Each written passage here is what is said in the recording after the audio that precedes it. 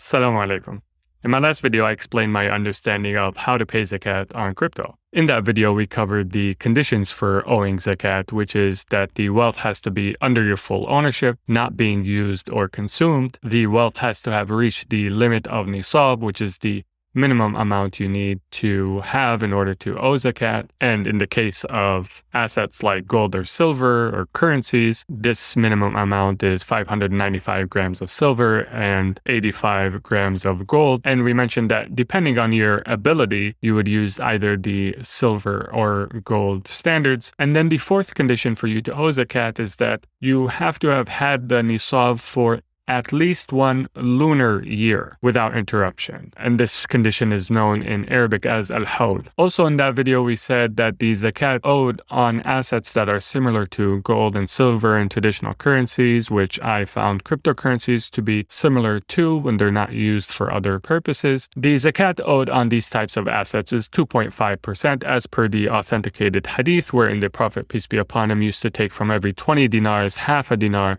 and from every 40 dinars, 1 dinar, which comes out to 2.5%. Now, what we didn't go into much detail about is the different approaches to calculating zakat. And I found 3 different approaches, which I found to be legitimate. Different respectable commenters supported different approaches. And I'd like to cover these approaches in this video, and I want to cover them in a way so that you absolutely understand the logic behind them, because that is really crucial if we want to implement zakat the right way and understand exactly what our obligations are and make sure that we fulfill them. It's really important that the topic of al-zakat is well understood by all Muslims. The word al-zakat was mentioned in the Holy Quran 30 times, and in 27 of these 30 times it was mentioned alongside salat, which logically implies a closeness in terms of importance between zakat and salat. Yet if you ask the average Muslim what they know about zakat, they'll likely give you a very limited, wanting answer, whereas their knowledge of salat is typically quite good. This shouldn't be the case, and inshallah videos like this will help to change this. This video will focus on zakat on liquid assets such as precious metals, traditional currency, and idle cryptocurrency, which is 2.5% as we mentioned, since this is by far the most common zakat owed by the most number of Muslims. The first step to calculating zakat on liquid assets is to sum up all your accounts which hold these types of zakatable assets. If you look at each of these accounts in isolation, your zakat obligation may be distorted by transfers between these accounts. The reason for this is, as was mentioned in a comment on my previous video, let's say you have 2 accounts, account A and account B. The sum of your holdings in both accounts is $1 million throughout the year. Once a year, you transfer everything in account A to account B. So account A has a balance of 0 and account B has a balance of $1 million for a period of time. Then you transfer everything in account B to account A. So account B now has $0 and account A has $1 million for a period of time. If you're looking at these accounts in isolation to determine whether you had nisab during the previous year, you may come out with the conclusion that you haven't had nisab continuously during the previous year, since each of these accounts had a 0 balance at one point during the last year. So in order to avoid this, you have to sum up your balances in accounts that hold liquid zakatable assets. You have to sum these up together in order to determine whether or not you've had nisab continuously throughout the last lunar year. There are some very useful apps that will help you see all your accounts in one place, such as Truebill, which I'm a big fan of, not only for seeing your financial net worth over time, but also to keep track of your subscriptions, income, and expenses all in one place at a glance. The affiliate link to this free service is in the description of this video if you're interested in trying it out. The second point I want to bring up is that which relates to debt. The general principle with regards to debt as it relates to zakat is that it reduces the amount of of assets on which you owe zakat. So going back to our example, let's say you have a total of $1 million in zakatable assets, but you have $500,000 in debt due in 1 month. Well, you would take this $500,000 that is about to become due and subtract it from your total zakatable assets and pay zakat on the results. So 1 million in liquid assets minus $500,000 in debt gives you $500,000 in zakatable assets. This is what you pay zakat on. However, this subtraction is only valid for debts that are due within the next 12 months. So let's say you have a loan of $10 million that is payable over the next 30 years. Well, you're not going to subtract the entire $10 million from your assets in order to calculate your zakatable assets. What you do is you subtract the sum of the minimum payments that are due in the next lunar year from your liquid assets to figure out your zakatable amount. So let's say the minimum payment on the loan is $50,000 per month. Over the next lunar year, this comes to $50,000 times 12 times 97%, which is about how long the lunar year is compared to the solar year, which your payments are based off of. So times 97% gives you $582,000. Subtract this from the 1 million in liquid assets you have. So you pay zakat on 1 million minus 582,000, which equals $418,000. All right, so now let's level set before we go any further. So far, we've said the following. 1, to calculate zakat, you want to calculate the sum of all zakatable assets in all accounts. Use an app like Truebill to make things easier for you. Number 2,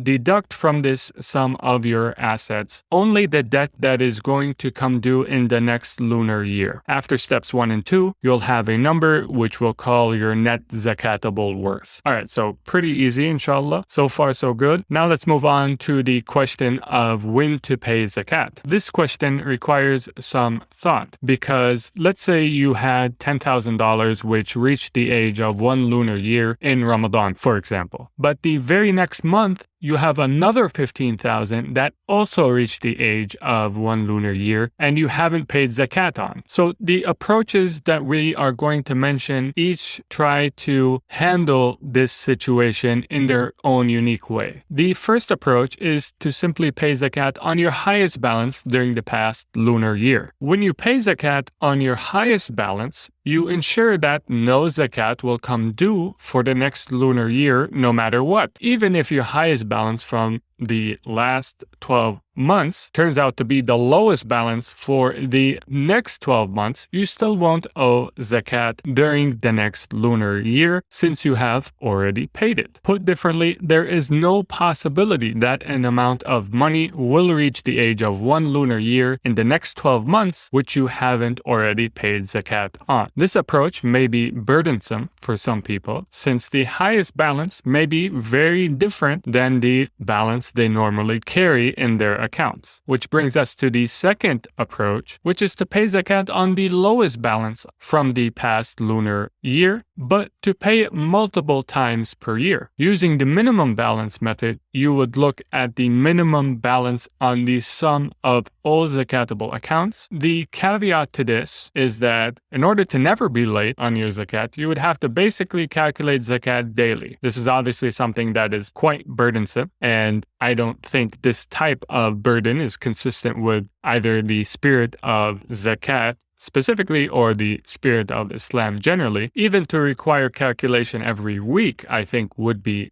burdensome. However, every month, if you have things connected the right way, you're using a spreadsheet, for example, all you need to do is take a number out of an app and plug it into the spreadsheet and you know how much you owe in zakat. I think probably doing that once a month is more attainable, something that is more reasonable. And using this method has the advantage of paying precisely what you owe in zakat. So this method, although requiring perhaps the most effort, will yield the most precise results in terms of your zakat obligations. And I created a spreadsheet that will help you calculate zakat from month to month using this method. And if you're interested in having access to that spreadsheet, just leave your email in the form linked in the description and I will gladly send you that spreadsheet for free. I also include in this spreadsheet the methods for calculating zakat using the other two approaches, which brings me to the remaining approach. The third approach to calculating zakat,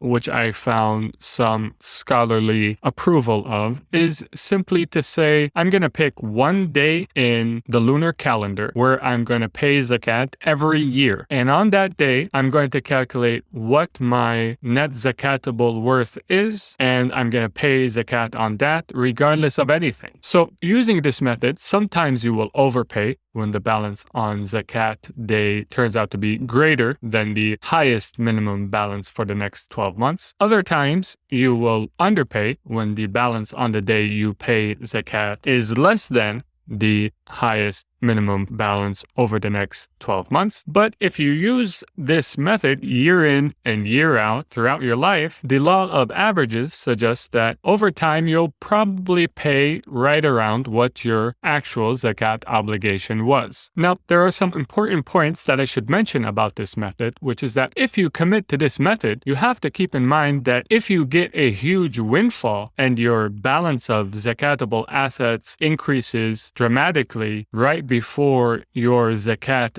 due date for that year, you have to pay zakat on this entire amount, even though you may have only had it for a few days. This is because in other years, you may experience a substantial decline in zakatable assets right before your zakat payment date, and in which case you would pay zakat on the lower balance. What I don't think is right for you to do is to flip-flop between this approach and the other approaches I mentioned from year to year. If you commit to this method, then stick with it because, as I mentioned, we are relying on the law of averages to bring your payment amount to what you actually owed. If every time you get a windfall of income before the zakat date, you decide to switch to, let's say, the minimum balance method, and then when your wealth is conveniently low on your zakat day, you choose this method, the law of averages is not going to work for you, and over your lifetime, you're probably going to end up underpaying what you should have paid. Also, since you are at liberty to choose the date you decide to pay zakat on, if you're in a country that doesn't collect zakat itself, you should choose a time of the year when you suspect your net zakatable worth will be close to its average, not one where you know it will be much below it. Also, choose a very easy date to remember. The Prophet, peace be upon him, first collected zakat on the first day of Muharram, basically the first day of the Hijri year. So to summarize, when collecting zakat, regardless of method, do not look at accounts in isolation. Instead, you have to look at the aggregate of all your accounts which hold assets that you must pay 2.5% on. Paying zakat on the minimum balance over the past lunar year only once a year is probably not sufficient. Either pay on the highest balance to be absolutely sure for the next 12 months that you don't owe any zakat, or pay on the minimum balance but then recalculate your obligations periodically. I suggest once a month. And then your third option is to make your zakat calculation based on your current balance on the same day every year. If you'd like the spreadsheet wherein I lay out these methods with formulas for you to use, then leave your email in the form that is linked to in the description, and I will send this spreadsheet to you. If you benefited at all from this video, be sure to leave a like, consider subscribing. 55% of you are not subscribed yet. Until next time, make sure to take care of yourself. Assalamu alaikum and peace be upon you all.